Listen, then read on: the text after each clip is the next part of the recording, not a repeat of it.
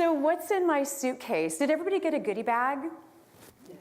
Okay, so there's a couple of things in the goodie bag that I always carry with me. So the first thing I'm always going to carry with me is a wild bar and a thinkThin bar. Has anybody tried these before, the thinkThins? Probably my favorite bar. Oh, you have one already. So why do you like it? It tastes good. It's white chocolate. Delicious, naturally nutritional. 20 grams of protein. And how much sugar? 0. 0 sugar. Okay, so probably my favorite bar on the planet, 20 grams of protein. And this is a new one that just came out, and it's chocolate espresso. So I'm going to take this on my next business trip because I thought this would be a great after dinner treat. It's about 200 calories. thinkThin. And there's also another bar that's got more nuts in it. It's about 10 grams of protein. And then this wild bar is amazing. I don't know if any of you have tried it, but lots of nuts, pretty low in sugar, and it's got about 5 grams of protein. So this is a little bit light in protein, so I'd probably use this more as a snack, or I might have this in my room as I'm getting ready, go downstairs and then maybe have an egg and a fruit bowl, and then call that kind of my big giant breakfast, but broken up over 2 hours.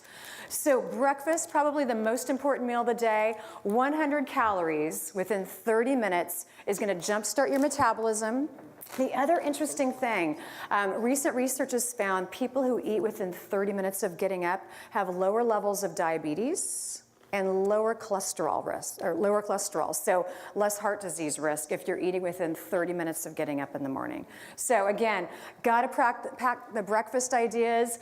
If you're then going to go downstairs and there's a Starbucks, my #1 meal at Starbucks for breakfast, I get this everywhere I travel. I get the turkey bacon English muffin, egg white, and a cup of coffee. It's $4 or $5. It's a great source of protein. It's quite a bit of carbohydrates, so if I'm feeling a little bit tired, I might take the top of the English muffin off and just eat the bottom of the English muffin with the turkey bacon and the egg. But it's a great breakfast. My second favorite breakfast is oatmeal from Starbucks. Really high fiber. It's got some nuts in it, which is going to really increase the protein content. But one thing to be aware of is there's a packet of fruit that comes with it, and then there's some sugar that comes with it also.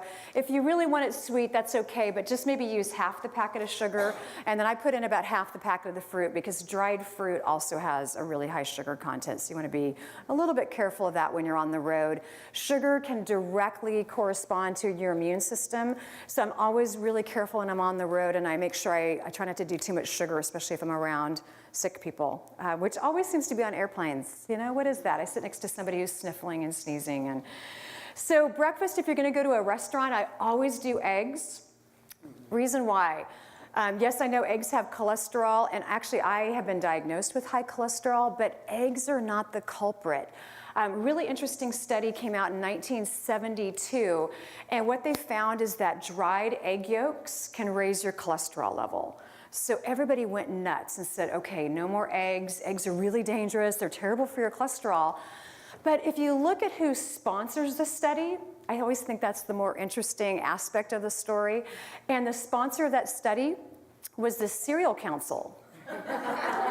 So, which would lead you to believe that the Cereal Council had a lot of, there was a lot of reason for them to really, kind of rip on eggs for the next 30 years, and people still are nervous about eating eggs if they have high cholesterol. There's other things on the planet that you're eating that are going to raise your cholesterol more than eating eggs. So when I'm traveling, I always do eggs. Fruit can be difficult to get when you're on the road, so if you're someplace where there's a nice looking fruit plate that's not, $20. I highly recommend you doing that first thing in the morning, but I never recommend fruit alone first thing in the morning. The reason why, it's got a lot of sugar in it, but it's good sugar, but there's still a lot of sugar. And when you have fruit without any protein with it, the fruit has a tendency to go through your system very, very quickly, and you'll probably be hungry again within an hour. But if you had a fruit bowl and maybe 2 scrambled eggs or a hard-boiled egg, you'd probably be full for 4 hours. So whenever, again, I'm traveling, I always try to make sure, how can I get my biggest bang for my buck and make sure this food lasts longer?